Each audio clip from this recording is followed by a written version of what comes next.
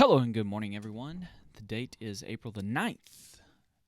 On this morning's Small Business News Daily, we are talking about bilingual employees. The article that we have this pulled from is from Glassdoor. Glassdoor wrote an article recently about the 4 reasons why you should have a bilingual employee on staff with you. And the whole premise behind their article was a 2017 study, which is a little bit outdated, but I would imagine that has only increased since this amount of time and not decreased. Excuse me.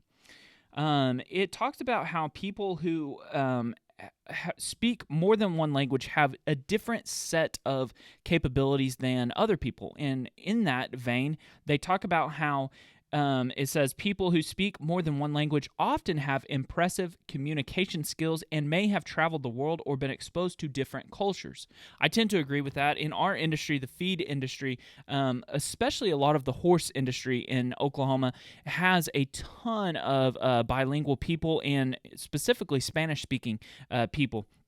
And with that, we have had to almost have a Spanish-speaking person on staff or in not only on staff, but in the store almost at all times. I would say about 1/3 of our customers speak Spanish.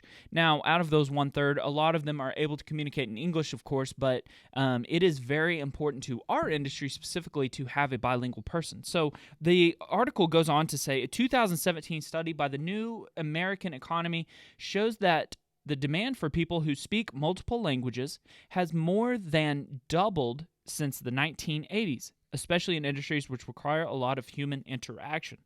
And then it goes on to list 4 reasons why you should be looking for bilingual employees.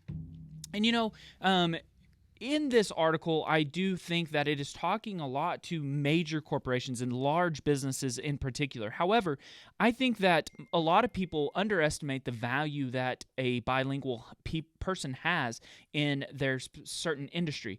If you have a large group of customers coming in that are speaking a different language, primarily I think in kind of the central south United States, it is Spanish. If you have a large group of people coming in that speak Spanish and they're still able to communicate with an English-speaking person, I have noticed that the level of customer service that you can have by just getting by. So are they still able to order? Of course, a lot of times. Are they still able to see their total when you turn the computer around and show them their total is this? Of course. However, I think that there's a different level of customer service when you go from a person that you're able to kind of communicate with and then move that to if you have ever hired somebody that can speak Spanish, if you've ever been able to speak Spanish yourself, and move that from somebody when they walk in the door, you say, "Hey, how's it going?" And they say, okay. And you change that to, "Hey, ¿cómo está?" Their eyes light up in a different way. Their eyes light up in a different way than if you had a person that is just barely able to get by. They're not going to ask questions because they might not know the exact way to answer those questions. They're not going to ask certain things that they're looking for. They're just going to look for it themselves, and that makes a more difficult customer experience. So I think of especially quick service restaurants and things like that. Are you able to get by? Yes. But was that a comfortable experience for that person? I would say no. And there's really no other way to know what it feels like to do that unless you've been in an environment where you are not able to communicate with the waiter or waitress, or you're not able to communicate with the person of the place that you shopped at. I think that if you've ever been in that environment, you would go to a subpar restaurant that spoke English because you're able to communicate easier. And a lot of people will go to a lesser choice because they're able to communicate and ask for somebody what they want. And so I've specifically in our industry seen that time and time again, that a certain group of people, when you are catering to that group of people, it is overwhelming the amount of ease and peace of mind that those customers have when they see that somebody in this store has the ability to communicate with them. And whether that person knows a lot about what they're looking for, I think that's beside the point, because they can communicate, so they actually know what they're looking for. the article went on to talk about how there are different cultures and things like that. I do think that there's something to that as well.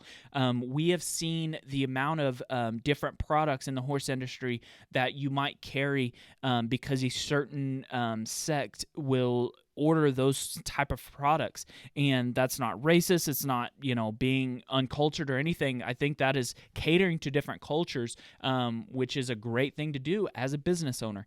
And of course, I think that this applies to different.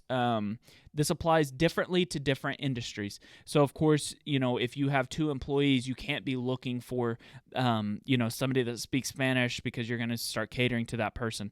I think that this, kind of comes into play if you see this in your industry. But this is something that we have found is very, very rewarding to be able to make all different languages comfortable in our store. And we have seen it play out time and time again that these people have a different level of comfortability when they're in our store, and they can communicate with a cashier or a customer service person in some aspect. So, those are my thoughts on the article about having a bilingual person in your business. Thank you for watching Small Business Daily.